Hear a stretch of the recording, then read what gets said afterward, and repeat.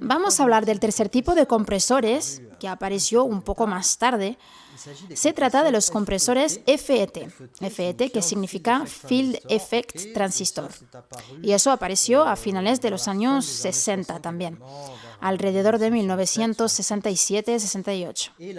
Y la máquina que mejor representa esta categoría es el Urey de Universal Audio. Urey 1176 en español. LN.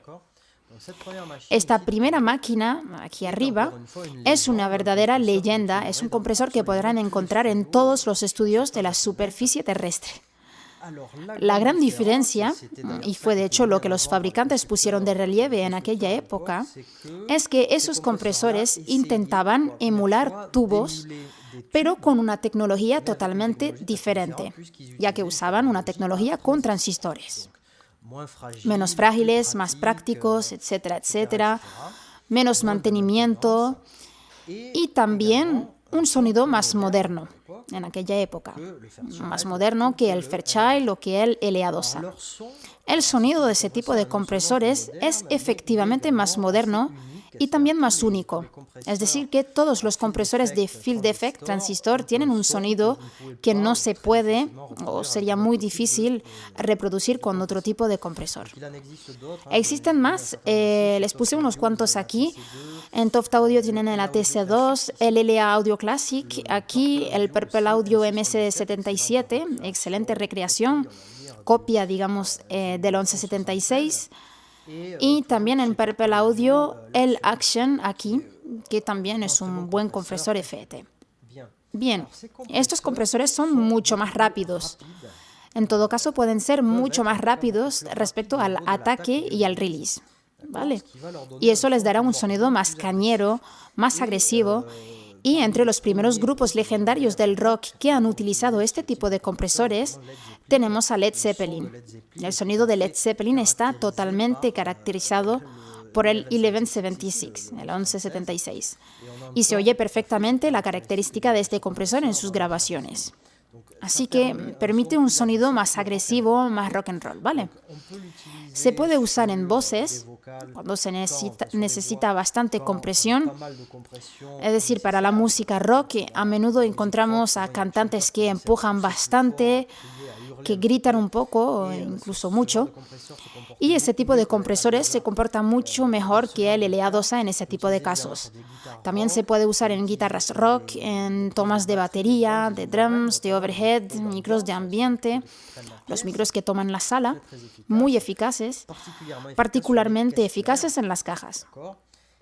Y más generalmente, estos compresores son realmente excelentes con todos los instrumentos de cuerdas metálicas.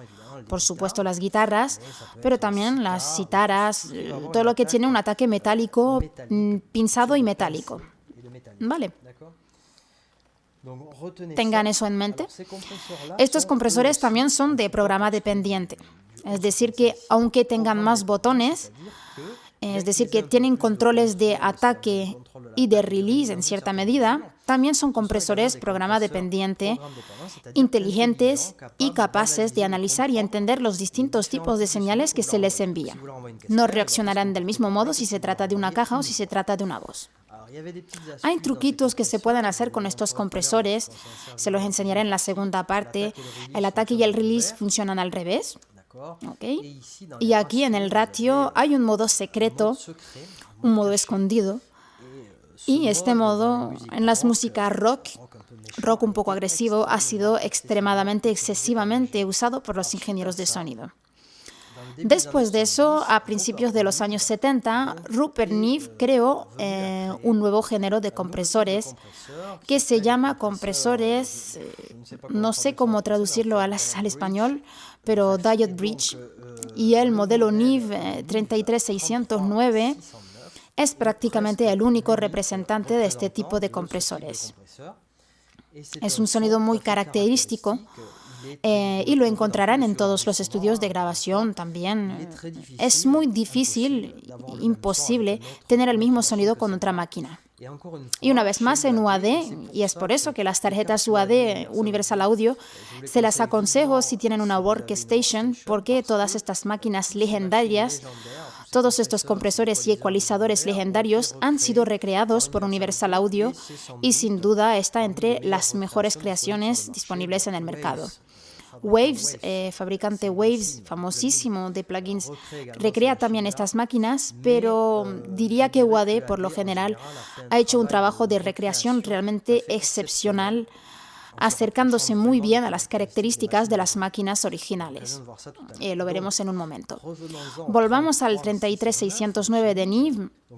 Este modelo apareció en los años 70 y funciona también de una forma muy distinta.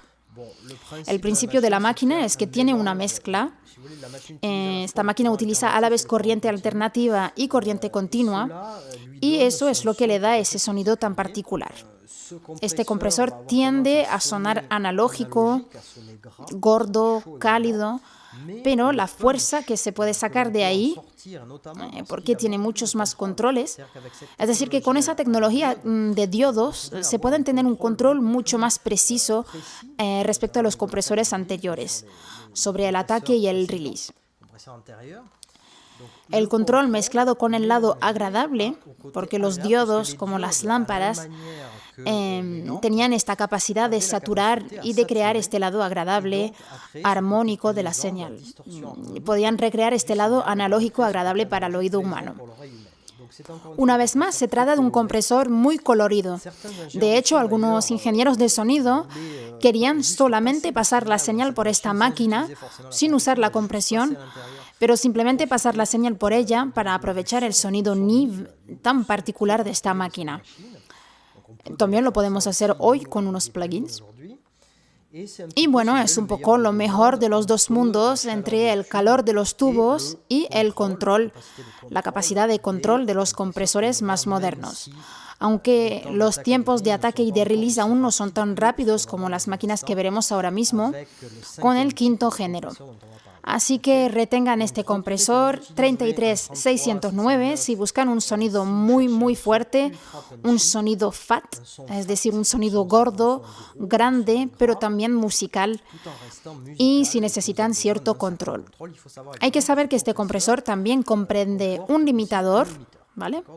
Es un compresor limitador y ambos pueden funcionar simultáneamente, porque en el LA2A tiene un modo compresor o limitador. Hay que switchear, es decir, pasar del uno al otro, o bien compresor o bien limitador. Aquí pueden usar los dos simultáneamente. Este compresor lo pueden usar en el máster final o en un bus estéreo que reciba las pistas de drums, lo pueden usar en los bombos para dar fuerza, lo pueden utilizar en casi todo, siempre que busquen un sonido grande.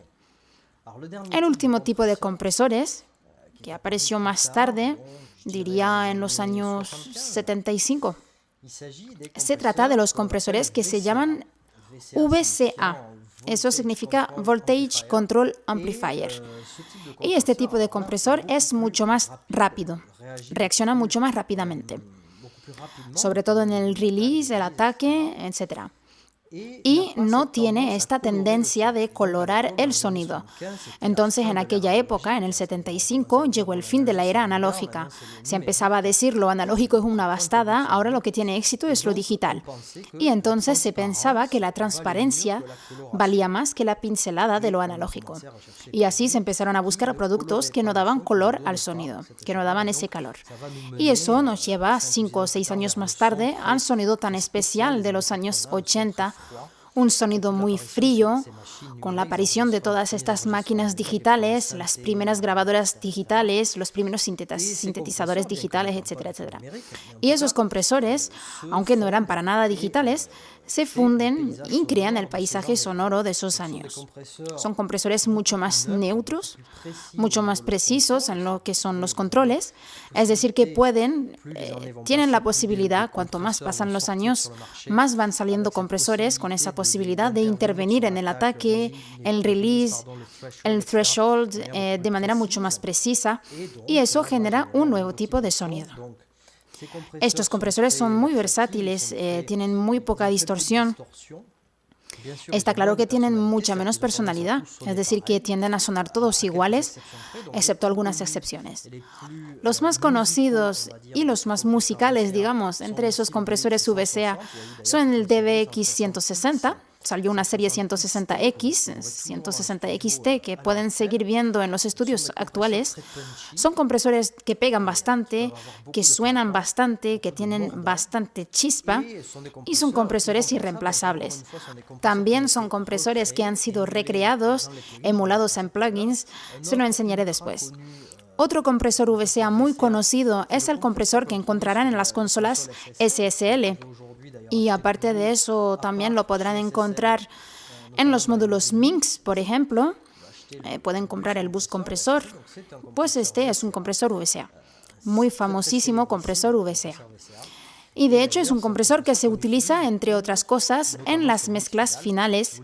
Si quieren reunir todas las señales, una vez acabada la mezcla, ponen este compresor en el máster final y eso tiende a reunir todo junto y crear una unidad en el conjunto de sus pistas. También se puede utilizar en auxiliares. Por ejemplo, se usa mucho en las baterías. Es decir, el bus global que recibe todas sus pistas de batería se pueden poner en backings vocals también. Es decir, su pista máster que recibe todas las pistas de coro, se puede insertar el compresor en esa pista auxiliar. Ya lo podremos ver en futuros tutoriales.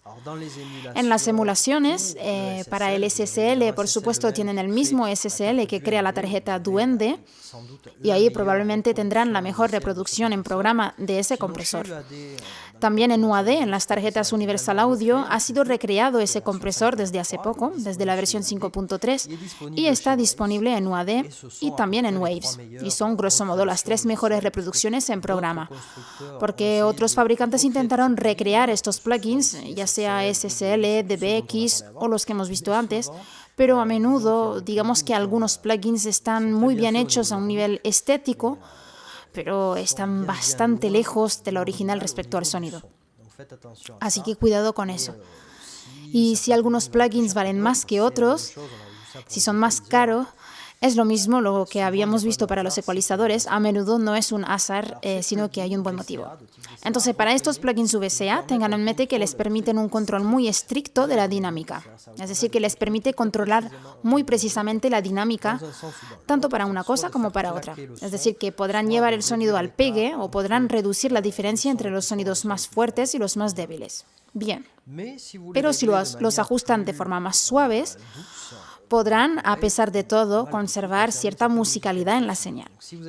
Si tienen ajustes extremos que realizar sobre el sonido, utilizarán más bien un compresor de tipo VCA. De hecho, diría que el DBX 160 aquí es un poco el superarma en hip hop en los bombos. Es un poco el arma fatal para dar pegue a los bombos en hip hop. Tal vez podamos verlo en la parte 2 más adelante. Se pueden utilizar estos compresores en casi todos los estilos, a partir del momento en que no se necesite crear o recrear un calor analógico. A partir del momento en que se necesite conservar cierta transparencia, cierta neutralidad y siempre que el sonido en un principio nos guste respecto a su calor. ¿Vale? Nos quedamos por aquí con esta cronología de los compresores.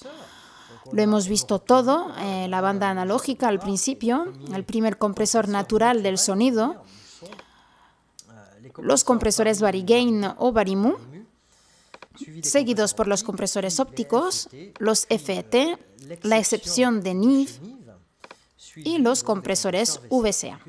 Ahora que saben esto, tienen que tener en mente todo esto y acordarse de todas las características de cada uno de estos 5 géneros de compresores. ¿Por qué? Pues porque cuando escuchan una pista en una mezcla y dicen, bueno, necesito comprimir esta pista, voy a insertarle un compresor, lo que es prácticamente siempre el caso. Es muy raro encontrarse con una pista sin compresión hoy en una producción. Tenemos prácticamente siempre un compresor por canal, igual para las ecualizaciones. Y entonces es fundamental que tengan todas estas características en mente para poder decir, aquí necesito un compresor VCA, aquí un compresor óptico, aquí necesito un compresor FET, etcétera, etcétera. Tiene que volverse un reflejo y tienen que tener todo esto en mente de manera muy clara. Así que no duden en volver a ver este vídeo, volver a escuchar todo esto, escribir todo esto en un papel al principio, intentar retener, aprenderse a memoria lo que les he dicho aquí, porque realmente será muy importante en todos los trabajos de mezcla que tendrán que hacer por una parte, Y por otra parte, el hecho de conocer esto les permitirá, si un día se encuentran en un estudio con máquinas físicas, pues les permitirá ubicarse, ya que los plugins que emulan estas máquinas tienen a menudo la misma visualización, que lo veremos en un momento, que las máquinas originales, ¿vale? Así que es fundamental, nunca lo diré suficientemente, tener en mente y conocer a memoria todas las características de estas máquinas para poder trabajar la dinámica de sus canciones, sea cual sea su estilo musical, de manera muy precisa. Nos vemos en la segunda parte, haremos unos trabajos prácticos. Hasta ahora, chao.